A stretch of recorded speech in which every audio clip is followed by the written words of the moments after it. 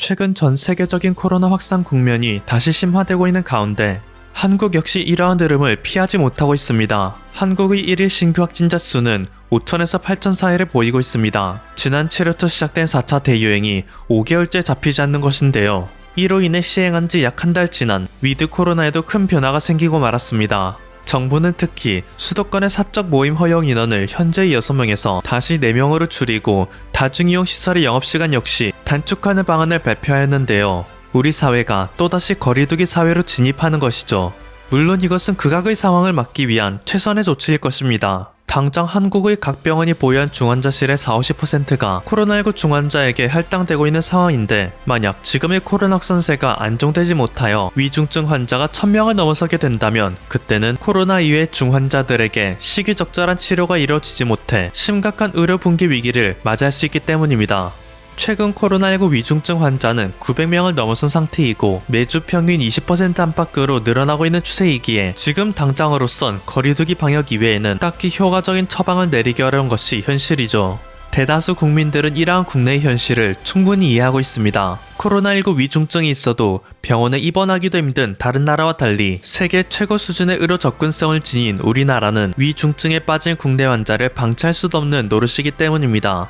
코로나의 치명률이 지금보다 훨씬 낮은 수준으로 떨어지지 않는 한 또다시 한국이 위드 코로나의 길을 걷는 것은 현실적으로 힘들 거라는 의견이 주를 이룹니다. 그런데 이 와중에 유독 네티즌들의 쓴소리가 향하는 곳이 있습니다. 킹가 수칙을 준수했다는 자막만 내걸면 만사 오케이죠. 대부분의 국민들은 실내외를 가리지 않고 마스크 착용이 의무이며 사적 모임에 제한을 받는 것이 일상인데 반해 여러 방송에서는 방역 수칙을 준수했다는 자막을 내걸며 모든 출연자들이 노마스크 출연을 하는 경우가 많기 때문입니다. 특히 화면에는 보이지 않는 수많은 스태프들까지 고려하면 코로나 확산의 결정적인 요건인 밀집까지 완성되는데요. 이들이 정말로 방역수칙을 지키고 있는지 어떻게 아느냐? 카메라가 돌아가고 있다는 이유 하나로 노마스크가 괜찮다면 그것만으로도 충분히 특혜라 볼 수 있지 않느냐? 라며 방송가를 향한 비판의 목소리가 컸습니다. 실제로 연예인들의 코로나19 확진 소식이 잇따라 전해짐에 따라 역시 말로만 방역수칙을 지켰다 할 뿐이었다. 방역수칙을 지킨다 한들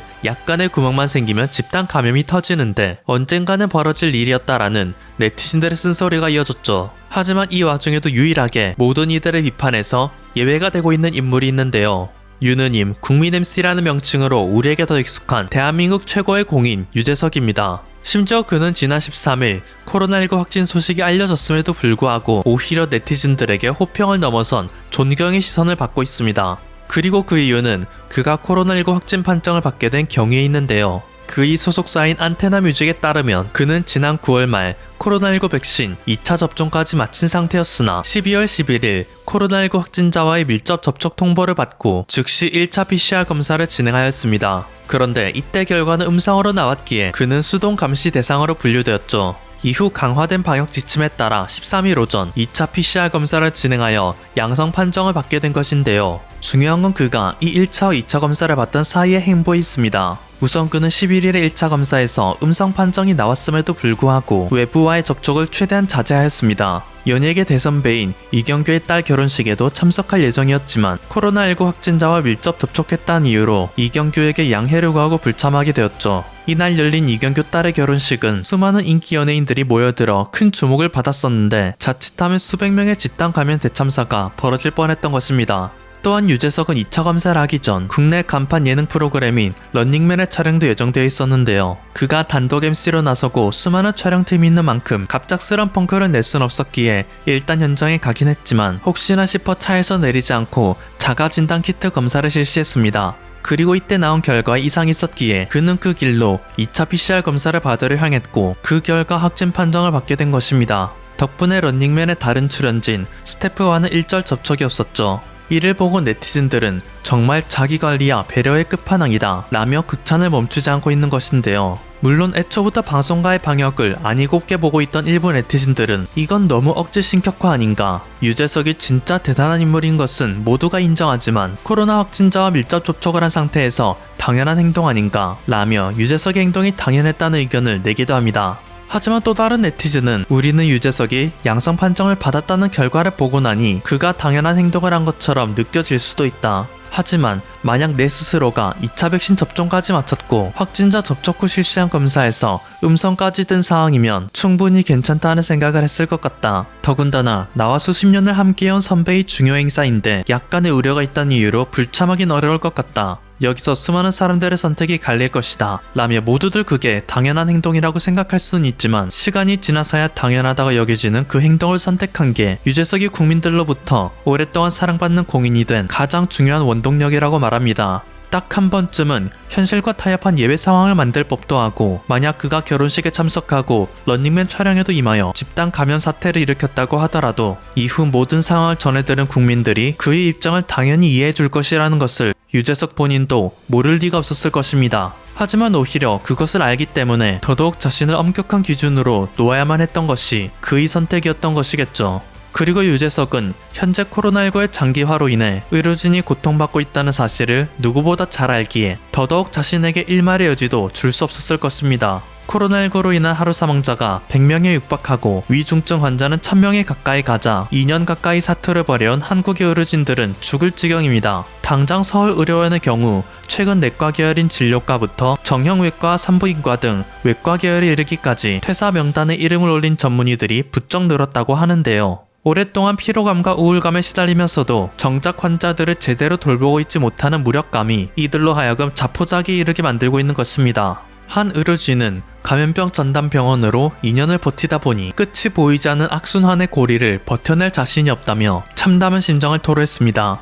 간호사들도 마찬가지입니다. 최근 감염병 전담병원으로 지정된 병원들에서는 지정 직후 퇴사 의사를 밝힌 간호 인력이 40%에 달했다 하는데요. 매번 대유행 때마다 반복되는 상황에 사직만이 내가 살 수 있는 길이라는 분위기가 팽배한다 합니다. 특히 코로나19 확산 초기에는 이들의 노고를 국민들이 알기에 우리 모두 목소리를 높여 그들을 향한 응원을 던졌지만 코로나19 사태가 장기화됨에 따라 이것은 당연한 일이 되었고 일반 국민들도 현 상황에 누적된 피로로 지쳐 남 걱정을 할 수 있는 상황이 아니게 되었죠. 팬데믹 상황에 지쳐 사직한 의료진이 속출한다 해도 이들에게 돌을 던질 수 있는 국민은 단 한 명도 없을 것입니다. 방송인 유재석은 자신이 진행하는 프로그램인 TVN 뉴퀴즈에서 이렇게 고생하는 의료진을 대상으로 인터뷰를 진행하기도 했습니다. 작년 대구에서 코로나 위기가 터졌을 때 국가 위기 사태에서 내가 앞장서야 한다 생각했다며 자발적으로 대구에 갔던 간호사와의 인터뷰였는데요. 의료 인력뿐만 아니라 마스크, 보호구, 장갑 등 각종 의료 물품도 부족하여 아껴 쓰고 있다는 말에 유재석은 안타까움을 금치 못하였습니다. 그래서인지 해당 인터뷰가 있은 지 얼마 지나지 않아 유재석은 코로나 극복을 위해 1억 원을 기부하기도 했죠. 유재석은 그녀에게 가족과 멀리 떨어져 지내고 있는데 방송을 통해서라도 가족들에게 하고 싶은 말은 없냐 물었습니다. 이에 그녀는 다른 할 말은 별로 없고 잘 지내고 있다고만 전하고 싶습니다. 너무 걱정하지 말길 바랍니다 말하였는데요. 이 말씀을 듣고 있는 유재석의 얼굴에는 만감이 교차했습니다. 그러고는 급기야 눈물을 터뜨리고 말았습니다. 분명히 하고 싶은 말은 너무나도 많을 것이고 너무 힘들고 지치고 외로워 가족들에게 의지하고 싶을 테지만 현재 온 국민들이 의지할 수 있는 이들이라고는 의료 인력인 자신들밖에 없다는 생각에 강해 보여야만 했던 그녀의 심정이 굳이 말을 통하지 않아도 전해졌기 때문이었겠죠. 그리고 자신들을 위해 기꺼이 울음을 보이는 유재석을 보며 그녀 역시 참아왔던 눈물을 흘리고 말았습니다. 왜 그리 우세요? 저는 괜찮습니다. 사실 저희 가족이 보고 싶기도 하고 부모님도 걱정되지만은 모두가 잘 이겨낼 것이라고 믿습니다. 그렇게 저도 잘 지내고 있습니다. 라며 울음을 그치지 못하는 그를 다독여 주었습니다. 어떻게 보면 동병상련이라고도 할 수 있는 그들은 서로의 고충을 말하지 않아도 그 순간 마음이 통하여 서로를 이해하는 마음에 눈물을 그칠 수 없었을 텐데요. 비록 분야는 다르지만 유재석 역시 오랜 기간 대중들 앞에 서며 유느님이라는 칭송을 받으면 받을수록 오히려 더 자신에 대한 기준을 엄격하게 조이며 화려함 뒤에 감춰진 외로움과 하루하루 싸우고 있을 것입니다. 10년 연속 한국 갤럽 선정 올해를 빛낸 예능인 1위, 2021년 한국 PD대상 진행자상 수상, 백상예술대상 TV 부문 대상 수상, 브랜드 고객 충성도 대상, 예능인 남자 부문 수상, 올해의 브랜드 대상, 예능인 남자 부문 수상, 제48회 한국방송대상, 남자 최우수 예능인상 수상, 방송연예계에서 가장 영향력 있는 인물 압도적 1위, 한국인이 좋아하는 연예인 1위 등 오랜 연예계 생활과 50세라는 그의 나이가 무색하게 그는 남녀노소 불문하고 모두에게 사랑받는 연예인입니다. 하지만 이러한 그도 처음부터 이 정도 스타는 아니었습니다. 그의 인생을 되돌아보면 그가 왜 이토록 대중들에게 무결점의 사나이로 칭송받는지를 알 수 있는데요. 유재석은 1991년 KBS에서 주최한 제1회 대학 개그제에서 장려상을 받으며 화려하게 데뷔를 알렸습니다. 그런데 이때까지만 해도 그는 자신의 컨셉을 좀 빗뚤게 잡았는지 대상이 아니라 장려상을 받았다는 사실에 실망하는 티를 팍팍 내는 모습을 보였습니다. 한쪽 귀를 후비고 다른 손을 주머니에 넣은 채 장려상을 받으러 터덜터덜 걸어 내려왔기에 이 모습을 본 다른 개그맨 선배들은 그를 크게 나무랐다 하죠.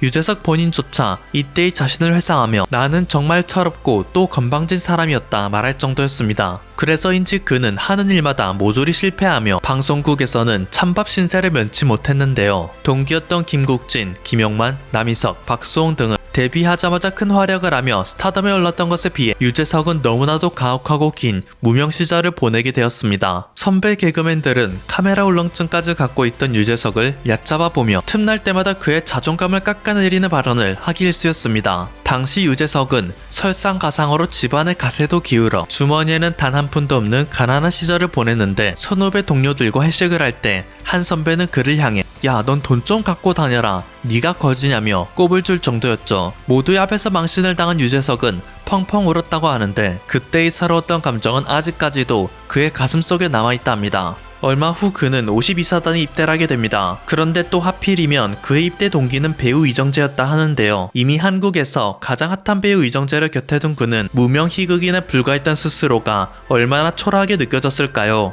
밖에서도 안에서도 동기들에 비해 비교되는 자신의 모습에 모든 방송 생활을 끝내고 싶다는 생각을 할 수도 있었을 테죠. 하지만 그는 배우 이정재를 보고 정반대의 것을 깨달았다 합니다. 매사에 자신감이 넘치는 이정재에게서 빛이 난다는 것을 느낀 유재석은 스타에게 중요한 것은 무엇보다도 자신감이라는 것을 깨닫습니다. 때문에 그는 군대에서 전역하고 나서 나는 반드시 성공할 수 있다는 자신감을 장착한 채 자신을 늘 초라하게만 만들던 방송국 문을 다시 두드렸죠. 아무리 작은 단역이라도 유재석은 최선을 다했습니다. 방송에 나올 수 있다는 것만으로도 감사한 일이라 여겼습니다. 아직 벗어나지 못한 카메라 울렁증으로 생방송 중에 실수를 하는 일도 있었지만 내가 계속 노력하면 대중이 나를 알아봐 줄 것이다. 나에게는 모두를 웃길 수 있는 재능이 있다. 되뇌었습니다. 조금이라도 사람들에게 인상적인 개그맨이 되기 위하여 매니저도 없던 유재석은 자신의 가방에 늘 챙기고 다니던 메뚜기 탈을 쓰고 KBS 연예가 중계에 나와 발로 뛰었습니다. 그리고 이때 그에게 하나의 기적이 찾아왔는데요. 당시 최고의 인기를 누리던 배우 고 최진실이 MBC 예능 동거동락에 그를 MC로 추천했던 것이었습니다. 유재석과 조금의 인연도 없던 그녀였지만 단지 요즘 유재석이 제일 재밌다며 그를 추천했던 것이죠. 이 프로그램에서 MC 자질을 증명해 보인 유재석은 이후 당시 쟁쟁하던 MC인 강호동 이휘재와 함께 공포의 쿵쿵따를 진행하여 대한민국의 쿵쿵따 신드롬을 가져왔으며 형이자 동기였던 김용만과 함께 느낌표를 진행하여 전 국민 독서 열풍을 가져오게 됐습니다. 이후에도 위험한 초대, 진실게임, 해피투게더, 엑스맨을 찾아라, 패밀리가 떴다, 놀러와, 무한도전, 런닝맨, 슈가맨, 동상이몽 등 그가 손대는 모든 예능은 대박을 터뜨리며 유재석은 명실상부 대한민국 최고의 국민 MC에 등극하게 되었습니다. 현재까지 그가 수상한 대상은 3사 방송연예대상과 백상예술대상을 통틀어 총 17회로 대한민국에서 유일무이한 기록을 보유하고 있죠. 유재석은 오랜 무명 시절을 보낼 때 매일 밤 신에게 다음과 같이 기도했다고 합니다. 저에게 성공한 개그맨으로서의 기회를 딱 한 번만 주신다면 그때는 이 모든 것을 저 혼자 일구었다 생각하지 않겠습니다. 단 한 번이라도 제가 그렇게 생각한다면 저에게 가장 가혹한 아픔을 주신다 해도 원망치 않겠습니다. 이때 그의 결심은 오랜 시간이 지난 후에 한 방송 런닝맨에서도 유지되고 있었음이 드러나기도 했는데요. 거짓말 탐지기를 동원하여 유재석의 본심을 알아보던 이날 나 유재석이 없으면 런닝맨도 존재할 수 없다는 멤버들의 질문에 그는 자신있게 아니오라 답했고 그것은 진실로 판정되었습니다. 나는 런닝맨에서 빼고 싶었던 멤버가 있었다 라는 질문에는 단 한 번도 그런 적 없다 답했고 이것 역시 진실로 판정됐죠.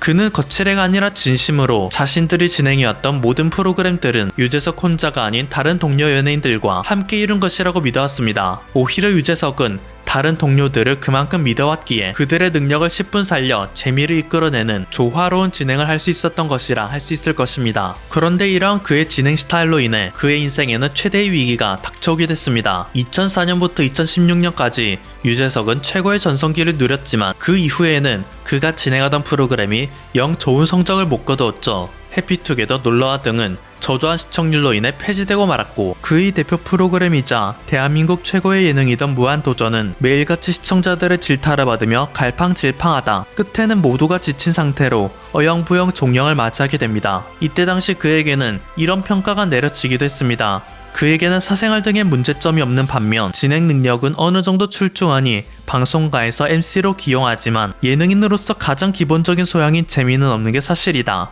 유재석이 진행하는 프로그램은 언제나 재미보다는 그의 미담에만 집중하는 레퍼토리로 흘러가 식상하다. 사실 이것은 당시 유재석에게도 큰 고민으로 다가오던 문제였습니다. 애당초 유재석은 모두에게 웃음을 주는 예능인으로 방송 중 자신이 공격당하는 상황에서도 그것을 웃음으로 승화시키는 능력이 매우 뛰어났습니다. 하지만 그가 매일 밤 되뇌었던 것처럼 한없이 겸손하고 실수를 용납하지 않는 그의 태도는 어느새 대중들에 의해 신격화되게 이르렀습니다. 유느님이라는 명칭은 그에게 있어 트로피이기도 했지만 그의 행동 반경을 억제는 족쇄와도 다름없게 되었습니다. 방송에 출연하여 유재석을 조금이라도 희화하는 예능인이 있다면 극성 팬들이 달려들어 그에게 돌을 던졌고, 이것을 두려워한 유재석의 동료 예능인들은 어느새 그와 함께 치고박는 개그를 꺼리기 시작했습니다. 유재석 역시 동료들이 자신과 개그를 꾸리는 것을 어려워하니 점점 스스로 개그의 주역이 되는 것보다는 동료들의 강점을 살려 시청자들을 웃기고 새로운 예능 원석을 발굴하는 데에만 집중하였는데요.